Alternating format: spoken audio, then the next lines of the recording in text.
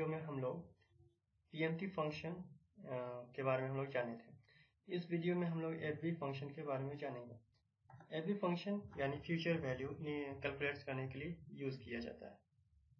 तो आइए इसके बारे में हम लोग डिटेल्स में जानें। सबसे पहले हम लोन अमाउंट टाइप करते हैं। लोन अमाउंट नहीं, अगर आप मंथली इंस्टॉलमेंट 1000 का अगर आप मंथली इंस्टॉलमेंट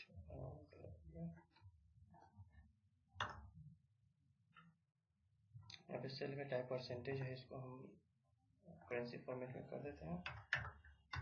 अगर आप मंथली इंस्टॉलमेंट अगर 1000 का अगर मंथली इंस्टॉलमेंट अगर जमा करते हैं किसी भी, अगर मेरे बैंक में अगर जमा करते हैं या फिर किसी मेरे बैंक में अगर जमा कीजिएगा तो आपको जो है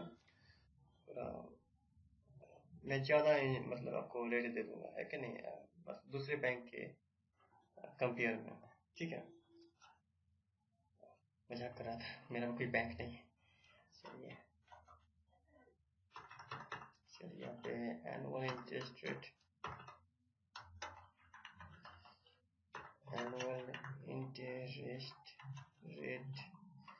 एनुअल इंटरेस्ट रेट होगा। सपोज अगर मान लीजिए कोई बैंक आपको 12% दे रहा है। देखना यहाँ पे सेल का टाइप हो गया परसेंटेज, तो इसका थोड़ा ध्यान में रखना पड़ेगा कि सेल का टाइप जो है वो, इसमें कभी कभी प्रॉब्लम हो जाता है। जो मैं इस प्रॉब्लम को मैं पिछले वीडियोस में भी थोड़ा सा मैं आपको हाईलाइट किया था। ठीक है, तो अगर आप 1000 का इंस्टॉलमेंट मंथली इंस्टॉलमेंट अगर 1000 जमा कर रहे हो 12% के एनुअल रेट पे, और अगर आप 5 साल के लिए अगर आप जमा करते हो, यहाँ पे इसका भी टाइप हो गया, इसका पीरियड है तो यहाँ पे इसको हम जनरल कर देते हैं। ठीक है, तो हमारा फ्यूचर वैल्यू क्या होगा, फ्यूचर वैल्यू क्या होगा। तो देखिए, अगर हम इंस्टॉलमेंट 1000 का इंस्टॉलमेंट मंथली इंस्टॉलमेंट अगर हम जमा करते हैं 12% के एनुअल इंटरेस्ट रेट पे 5 साल के लिए, 5 साल तक, तो हमारा फ्यूचर वैल्यू क्या होगा। 5 साल के बाद हमें कितना अमाउंट मिलेगा, तो वो कैलकुलेट करने के लिए हम FV फंक्शन का यूज करते हैं, यानी फ्यूचर वैल्यू। तो सबसे पहले तो हम इक्वल टू का सिंबल देंगे, FV टैब करेंगे, तो उसके बाद टैब क्लिक करेंगे। तो टैब के बाद देखिए यहाँ पे क्या कर रहा है, रेट पूछ रहा है। तो चूंकि हम जमा जो कर रहे हैं वो जमा डिपॉजिट कर रहे हैं वो मंथली इंस्टॉलमेंट है। ठीक है, इसलिए चूंकि यहाँ पे एनुअल इंटरेस्ट रेट है तो इसको हम 12 से डिवाइड करेंगे। अगर हम क्वार्टरली अगर जमा करते हैं, पेमेंट करते हैं, क्वार्टरली अगर डिपॉजिट करते हैं, तो रेट को हम 4 से डिवाइड करते हैं और पीरियड को हम 4 से मल्टीप्लाई करते हैं। ठीक है, लेकिन यहाँ पे मंथली इंस्टॉलमेंट कर रहे हैं तो इसलिए हम रेट को हम 12 से डिवाइड कर रहे हैं, क्योंकि यहाँ पे एनुअल इंटरेस्ट रेट जो है वह क्योंकि ये एनुअल इंटरेस्ट रेट है इसलिए हम यहाँ पे 12 से डिवाइड कर रहे हैं। ठीक है, और पीरियड को हम 12 से मल्टीप्लाई करेंगे। ठीक है, उसके बाद आता है PMT, मतलब आप इंस्टॉलमेंट कितना कर दे रहे हैं, पेमेंट कितना कर रहे हैं, मंथली पेमेंट कितना कर रहे हैं। PMT मीन्स मंथली पेमेंट कितना कर रहे हैं, तो हम 1000 मंथली पेमेंट कर रहे हैं। प्रेजेंट वैल्यू हमारा 0 है, क्योंकि अभी मेरे मतलब अकाउंट में भी 1 भी रुपया नहीं। चलिए, इसके बाद पूछ रहा है टाइप मैं पिछले वीडियोस में भी थोड़ा डिस्कस कर चुका हूँ कि टाइप जो होता है, अगर आप बिगिनिंग ऑफ द पीरियड अगर आप बिगिनिंग ऑफ द मंथ अगर आप जमा करते हैं तो आप यहाँ पे 0 टाइप कीजिएगा।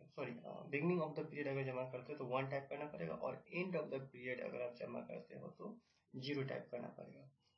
तो बाय डिफॉल्ट एक्सेल जो है वो 0 ही कंसीडर करता है। ठीक है, तो यहाँ पे हम 0 टाइप करते हैं और ब्रैकेट क्लोज करते हैं, एंटर करते हैं, तो हमारा ये फ्यूचर वैल्यू कैलकुलेट हो चुका है। इसको हम यहाँ पे बिगनिंग में माइनस में देंगे क्योंकि रेट में शो कर रहा है। चलिए, इस तरह से अगर मान लीजिएगा 1000 का मंथली इंस्टॉलमेंट अगर आप जमा करते हैं 12% के एनुअल इंटरेस्ट रेट पे 5 साल तक, तो आपको 81,669 रुपीज़ एंड 67 पैसा आपको मिलेगा। फ्यूचर वैल्यू आपका ये हो जाएगा। ठीक है, तो अगर सपोज अगर मान लीजिए कि आप इंस्टॉलमेंट 1000 देकर अगर आप 1500 अगर आप देते हो, तब भी आप यहाँ पे 1500 टाइप करके एंटर कीजिएगा, तो ये 1,22,504 and 50 फ्यूचर वैल्यू कैलकुलेट कर रहा है कि नहीं।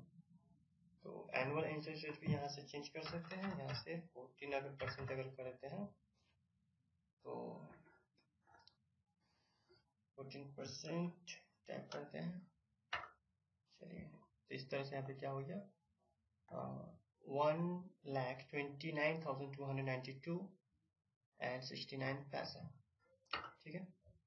चलिए, आप पीरियड भी बढ़ा सकते हैं, तो जैसा रिक्वायरमेंट वैसा आप काम कर सकते हैं। तो एवरी मतलब फ्यूचर वैल्यू आप इस एक्सेल से आप कैलकुलेट कर सकते हो। पीएमटी फंक्शन जो बहुत ही इंपॉर्टेंट है, अगर आप लोन ले रहे हो या फिर अगर आप पैसा अगर बैंक में डिपॉजिट कर रहे हो, तो ये कैलकुलेट करने के लिए, इस तरह का कैलकुलेशन कैलकुलेट करने के लिए एक्सेल जो है बहुत ही यूजफुल है।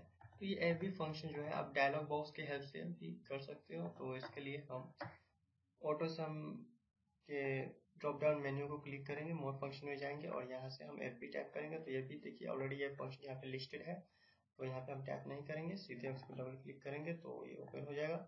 अब पूछ रहा है कि रेट, जस्ट वही बात है, रेट यहाँ पे देंगे हम, यहाँ पे रेट कितना है, और चूंकि हम मंथली पेमेंट कर रहे हैं इसलिए यहाँ पे 12 से रेट को डिवाइड करेंगे। पूछ रहा है पीरियड, तो पीरियड है यहाँ पे, हम पीरियड को भी हम 12 से मल्टीप्लाई करेंगे। मल्टीप्लाई किए हैं 12 से। पीएमटी कितना का मंथली इंस्टॉलमेंट हम दे रहे हैं, 1500। प्रेजेंट वैल्यू अभी हमारा 0 है। हम देखिए यहाँ पे अगर हम एंड ऑफ द मंथ अगर जमा करते हैं तो यहाँ पे 0 टाइप करना पड़ेगा। अगर बिगिनिंग ऑफ द मंथ अगर जमा करते तो 1 देना पड़ेगा। अगर हम बिगिनिंग ऑफ द मंथ अगर जमा करते तो हमारा फ्यूचर वैल्यू थोड़ा सा ज़्यादा होगा। एंड ऑफ द मंथ अगर जमा करेंगे तो फ्यूचर वैल्यू हमारा थोड़ा कम होगा। देखें यहाँ पे 1 अगर हम टैप किए हुए तो यहाँ पे क्या है, 1,30,801 है। अगर हम 0 टाइप करेंगे तो यहाँ पे कुछ कम फ्यूचर वैल्यू आ रहा है, 1,29,292। तो हम इससे क्या होगा, हम 1 ही पहले ही जमा करेंगे, हमको फ्यूचर वैल्यू थोड़ा सा ज़्यादा आएगा, है कि नहीं। तो 1 है, तो देखिए हम यह पीरियड यहाँ पे कैलकुलेट हो चुका है। तो यहाँ पे माइनस को रिमूव करने के लिए यहाँ पे फिर एक और माइनस देंगे, माइनस इंटू माइनस प्लस। देखिए, तो अगर हम बिगिनिंग ऑफ द मंथ अगर आप इंस्टॉलमेंट अगर आप देते हो बैंक को, तो 1,30,801 and 10 आपका फ्यूचर वैल्यू हो जाएगा। अगर आप एंड ऑफ द मंथ या फिर पीरियड अगर आप इंस्टॉलमेंट अगर पे करते हो तो आपको आपका फ्यूचर वैल्यू जो है 1,29,292 and 69 होगा। तो कितना का डिस्काउंट, कितना का डिफरेंस होगा पैसा में, इसका सेल रेफरेंस और माइनस इसका सेल रेफरेंस। तो इस तरह से देख रहे हैं कि 1,508 and 41 का डिफरेंस होगा। अगर आप मान लीजिए कि मंथली अगर इंस्टॉलमेंट अगर आप बिगिनिंग ऑफ द मंथ अगर पे करते हो तो इतना फ्यूचर वैल्यू हो जाएगा, और आप एंड ऑफ द मंथ अगर आप जमा करते हो तो आपका इतना फ्यूचर वैल्यू हो जाएगा। तो इस तरीके से हम एवरी फंक्शन को यूज करना हम 2 तरीके से सीखे, ठीक है। तो थैंक यू।